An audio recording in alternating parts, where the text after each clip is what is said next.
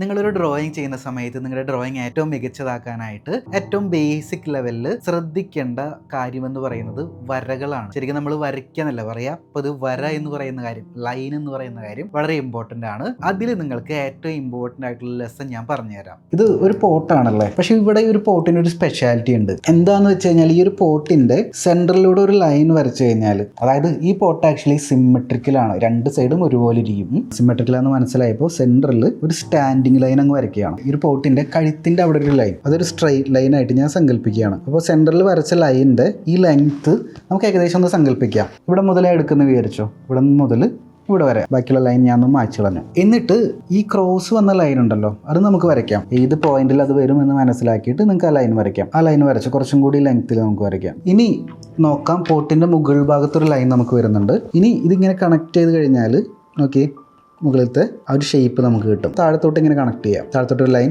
വരയ്ക്കുക. സ്റ്റാൻഡിങ് ലൈനാണ് ഇപ്പോൾ ഞാൻ വരയ്ക്കുന്നത്. എന്നിട്ട് താഴത്തൊരു പോയിന്റ് നമ്മൾ മാർക്ക് ചെയ്തല്ലോ സെൻറ്ററിലൂടെ, അതിലൂടെ അതൊരു സ്ക്വയറാക്കി മാറ്റാം. സ്ക്വയറാക്കി മാറ്റി. ഇനി ആലോചിച്ച് നോക്കി, ഇനിയും നമുക്ക് ഇതിൽ ലൈൻസ് നമുക്ക് ആഡ് ചെയ്യാൻ പറ്റും. നമുക്ക് ഇത്തരത്തിൽ ഈ രണ്ട് സൈഡിൽ ലൈൻസ് ആഡ് ചെയ്യാം. പിന്നെ വീണ്ടും ഇങ്ങനെ നമുക്ക് വേണമെങ്കിൽ വരച്ചാൽ ഇങ്ങനെയും ഒരു ലൈൻ ആഡ് ചെയ്യാൻ പറ്റും. മുകളിലത്തെ ലൈൻ എന്ന് പറയുന്നത് താഴത്തെ ലൈനേക്കാളും കുറച്ചും കൂടി ലെങ്ത്തിൽ പോകുന്നുണ്ട്. ഇങ്ങനെ ചെരിവുണ്ട്, ചെരിവ് രണ്ട് സൈഡിലും ഈക്വലാണ്. ഇനി സെൻട്രലത്തെ ലൈൻ നമുക്ക് കിട്ടി, അതിൻ്റെ സെൻറ്ററിലൂടെ ഒരു ലൈൻ ഇങ്ങനെ പോകുന്നുണ്ട്. അത് നിങ്ങൾ നോക്കിയേ, ഈ പോയിന്റില്ലേ, ഈ പോയിന്റിൽ നിന്ന് ഇങ്ങനെ ഒരു ലൈൻ വരച്ച് കഴിഞ്ഞാൽ കുറച്ച് പുറത്തേക്ക് തള്ളി നിൽക്കുന്നുണ്ട്. അപ്പോൾ ഇവിടെ ആയിട്ടാ അതിൻ്റെ അറ്റം വരും. ആ സ്ക്വയറും കംപ്ലീറ്റ് ചെയ്തു. ഈ രണ്ട് സൈഡും നമുക്ക് ചെയ്യാം. ഈ ഒരു ലൈൻസ് ഉപയോഗിച്ച് നമ്മൾ ഈ കൺസ്ട്രക്ട് ചെയ്ത ആ ഒരു ഫ്രെയിം വർക്കിനെ ഇനി ഈസിലി നമുക്ക് ഡ്രോയിങ് ആക്കി മാറ്റാൻ പറ്റില്ലേ? വളരെ ഈസിയല്ല, ഞാൻ ചെയ്ത് കാണിച്ചു തരാം. ഇവിടെ നിന്ന് ഇങ്ങനെ ഒരു കർവ് പോകുന്നുണ്ട്. കർവ് വരയ്ക്കാൻ നിങ്ങൾക്ക് അറിയാം. അപ്പോൾ ആ കർവ് നമുക്ക് വളരെ എളുപ്പത്തിൽ വരയ്ക്കാനായിട്ട് സാധിക്കും. ഈ ഒരു എലിപ്സ് എവിടെ വരും നോക്കാം. എലിപ്സ് ഇങ്ങനെ പോകുന്നത് കണ്ടോ. ഇനി താഴത്തെ ഭാഗം നോക്കി, താഴത്തെ ഭാഗം ഇങ്ങനെ ഉള്ളിലോട്ട് വരുന്നു. പിന്നെ ഇവിടെ ആക്ച്വലി കർവായിട്ട് വരുന്നത്. നിങ്ങൾക്ക് വളരെ ഈസി അത് കർവ് വരയ്ക്കാനായിട്ട്.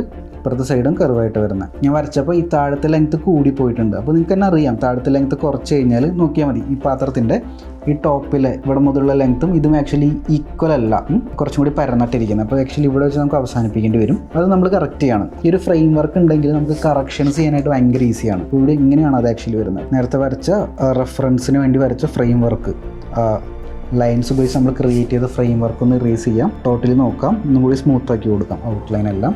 പിന്നെ കഴുത്തിൻ്റെ അവിടെ ആക്ച്വലി ലൈനല്ല, കർവാണ്. അത് നമുക്ക് വരയ്ക്കാം. നിങ്ങൾ നോക്കിയാൽ നമ്മൾ എത്ര നീറ്റാക്കിയിട്ടാണ് നമുക്ക് വരയ്ക്കാൻ പറ്റി. വീട്ടിലിരുന്നു കൊണ്ട് തന്നെ ചിത്രകല പഠിച്ച് നല്ല ചിത്രങ്ങൾ വരയ്ക്കണമെന്ന് ആഗ്രഹമുള്ളവർക്ക് നമ്മുടെ ഓൺലൈൻ ആർട്ട് ക്ലാസ്സിൻ്റെ കൂടുതൽ വിവരങ്ങൾ അറിയാനായിട്ട് താഴെ ആർട്ട് ക്ലാസ് എന്നൊന്ന് കമൻറ്റ് ചെയ്തോളൂ. അതിനുശേഷം നിങ്ങളുടെ ഇൻബോക്സിലോട്ട് നിങ്ങൾക്ക് യോജിച്ച കോഴ്സ് സെലക്ട് ചെയ്യാനുള്ള നെക്സ്റ്റ് സ്റ്റെപ്സ് ഞാൻ അയക്കുന്നുണ്ടായിരിക്കും. സോ ആ സ്റ്റെപ്പ് ഫോളോ ചെയ്യുക, എന്നിട്ട് ക്ലാസ്സിലോട്ട് ജോയിൻ ചെയ്യുക.